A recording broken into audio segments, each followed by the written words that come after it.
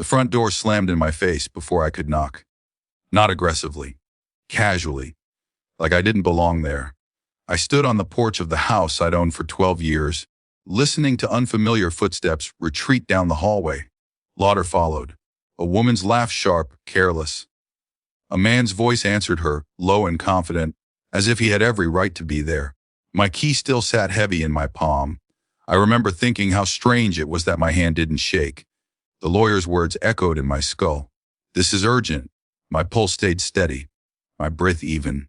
Through the window I saw my furniture, my dining table. My framed photographs turned face down on the console like they were ashamed of me.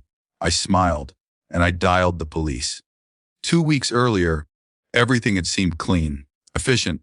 I'd hired the lawyer because he came recommended, sharp suit, sharper smile, spoken deadlines and assurances. He told me the market was moving fast, that we needed to act decisively. He handled the listing, the paperwork, the showings. I trusted him. Trust is a dangerous thing when you don't notice it happening. I'd been out of town closing another deal when he called. His voice wasn't polished this time. It was tight, controlled panic hiding behind professionalism. There's an issue with the property, he said.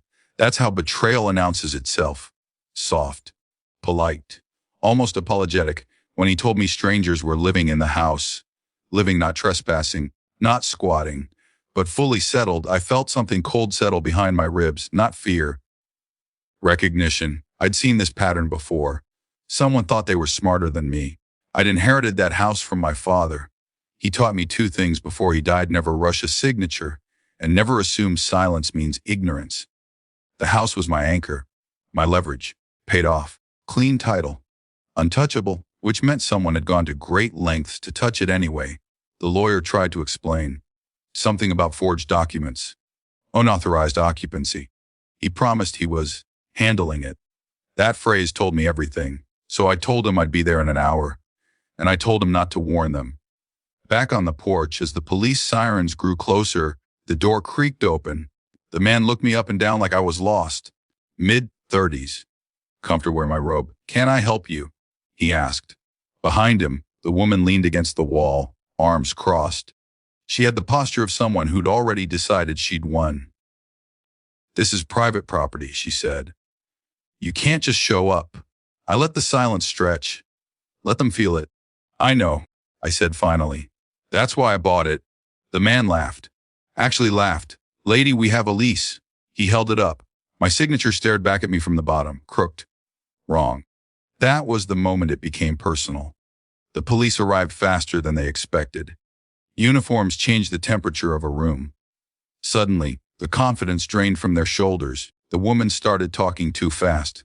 The man stopped talking altogether. I stayed quiet. I handed over my ID, the deed, the original documents I'd brought with me, not copies, originals, heavy with authority.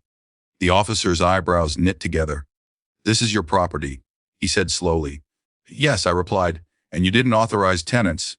No, the lawyer arrived then, breathless. Pale, he wouldn't look at me. That told me more than any confession could. The police separated us, asked questions, took statements. The woman's voice sharpened with panic. The man's hands trembled when he realized the locks were about to change. Forgery is a clumsy crime. It leaves fingerprints everywhere.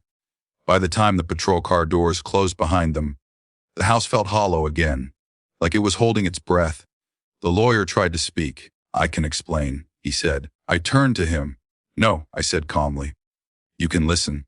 Here's what he didn't know. When he sent me the first set of documents weeks ago, something felt off. A clause misplaced. A timestamp wrong by minutes. Tiny things.